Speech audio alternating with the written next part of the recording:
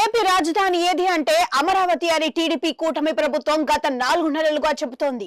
దీనికంటే ముందు 5 ఏళ్లు అధికారంలో ఉన్న వైసీపీ ప్రభుత్వం ఏపీకి రాజధాని ఏది అంటే 3 దిక్కుల 3 ప్రాంతాలను చూపించి పుణ్యకాలం అంతా గడిపేసింది. దాంతో రాజధాని లేని రాష్ట్రం అన్న ఎగతాళితో పాటు సెటైర్లు అన్ని వైపుల నుంచి పడ్డాయి.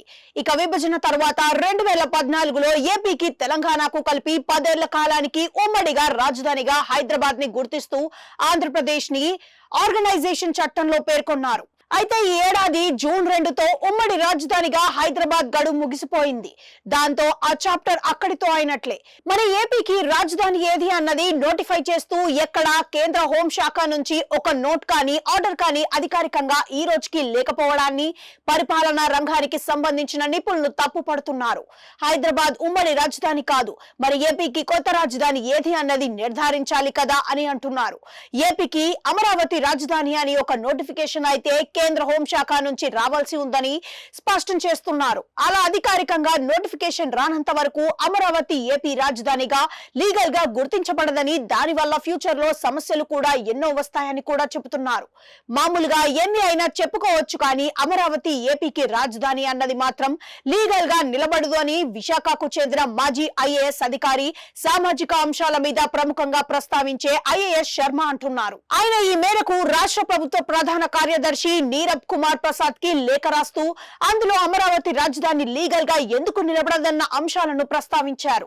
ముందు అమరావతి విషయంలో లీగల్ గా చిక్కులు తప్పించుకోకుండా ముందుకు వెళ్తే ఇబ్బందే అని ఆయన అంటున్నారు. అమరావతి పేరు మీద భారీ ప్రాజెక్టులు, ఇతర నిర్ణయాలు అన్ని కూడా లీగల్ గా కూడా ప్రశ్నించబడతాయి అని ఆయన అంటున్నారు. రాజధాని అన్న పేరుతోనే వీటిని చేస్తున్నారు, కానీ అమరావతి రాజధానిగా కేంద్రం గుర్తించినట్లుగా నోటిఫికేషన్ ఏది అని ఆయన ప్రశ్నిస్తున్నారు. అయితే ఈ లీగల్ చిక్కులను సులువుగానే అధిగమించవచ్చని ఆయన కొన్ని సూచనలు చేశారు. రాష్ట్ర ప్రభుత్వం వెంటనే అమరావతిని రాజధానిగా పేర్కొంటూ అసెంబ్లీలో తీర్మానం చేసి కేంద్రానికి పంపించాలని ఆయన సూచించారు. దాని మీద కేంద్ర హోంశాఖ నోటిఫికేషన్ జారీ చేస్తుందని, అప్పుడు అంతా ఓకేగా ఉంటుందని ఆయన అంటున్నారు.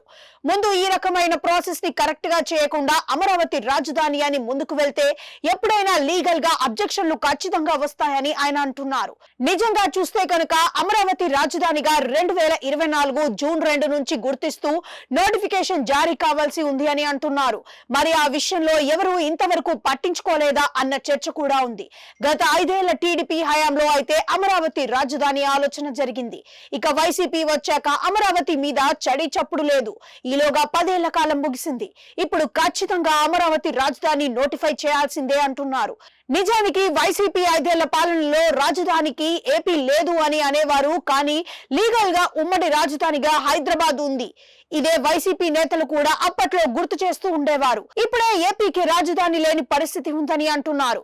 సో టీడీపీ కూటమి ప్రభుత్వం వీలైనంత తొందరగా అసెంబ్లీలో తీర్మానం పెట్టి మరి రాజధానిగా అమరావతిని పేర్కొంటూ తీర్మానం చేసి కేంద్రానికి పంపించాల్సి ఉంది.